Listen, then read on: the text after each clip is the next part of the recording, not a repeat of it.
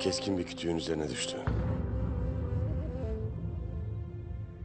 İnşallah ciğer parçalanmamıştır. İnşallah. Eti delip içine kadar girmiş. Ertuğrul, bir anlat hele nasıl oldu bu iş?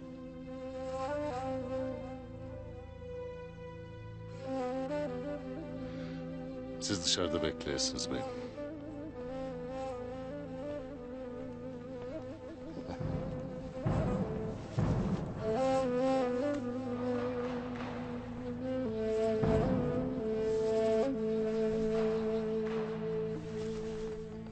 Ertuğrul, dilini mi yuttun sen?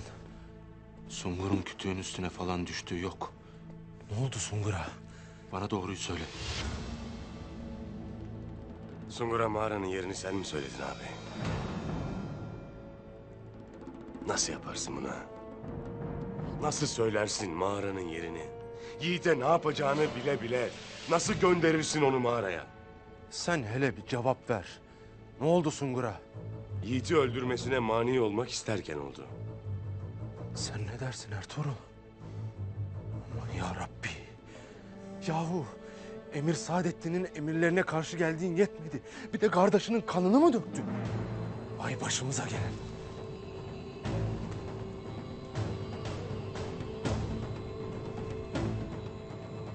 Senin yüzünden Sungur Alplerle birlikte mağarayı bastı.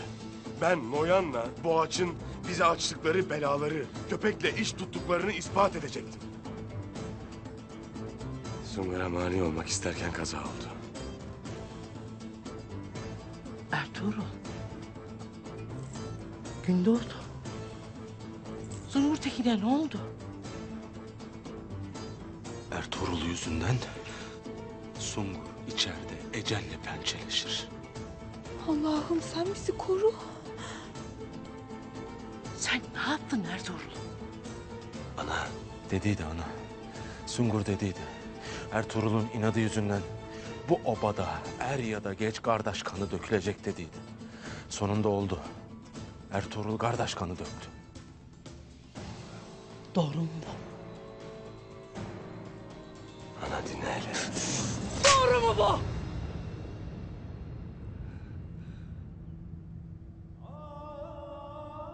Yazıklar olsun. Sonunda eline kardeş kanı bulaştı. Yazıklar olsun.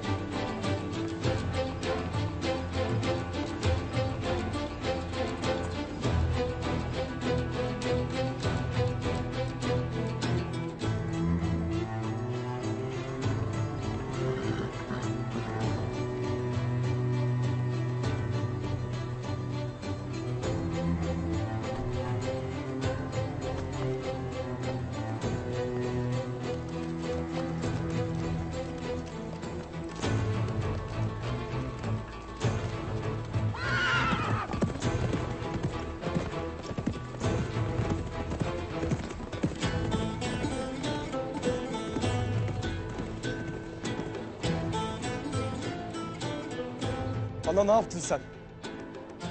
Onu dinlemeden etmeden nasıl vurursun ana? Dündar sen hele bir karışma. Yettin artık abi, yettin. Nasıl olur da Ertuğrul abimin Sungur Tekin'in canına kast edeceğini söylersin ha? Dündar! Attığın tokat yetmedi de imni üzerime mi varacaksın ağabey? Yeter! Yeter! Gayri beylik ateşi otağı sarmıştır ana. Bir yanda iki abi, bir yanda Ertuğrul abi.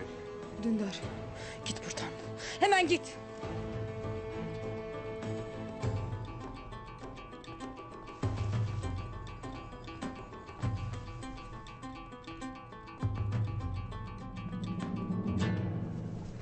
Sungur Tekin, oğul.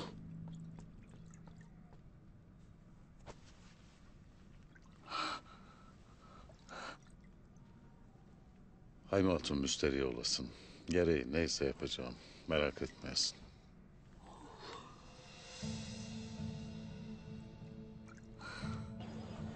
Doğan Alp, Banu Çiçek. Ertuğrul Bey'imle bizim için bir çadır hazırlayasınız. Sen hiç merak etmeyesin Halime Sultan. Yiğit sen de Alplerin çadırında kalacaksın. Bamsı kardeşimi yalnız koma. Emrin olur Halime Sultan. Emrin olur. Ok yaydan çıkmıştır. Gayrı tereddüt yok, beis yok. Dara düştük diye kederlenmek yok. Bilesiniz ki bizim üstümüze düşen sonuna kadar Ertuğrul Bey'in arkasında dimdik durmaktır. Beyimiz ahval ne olursa olsun pes etmek Alpli'ye yakışmaz derdi.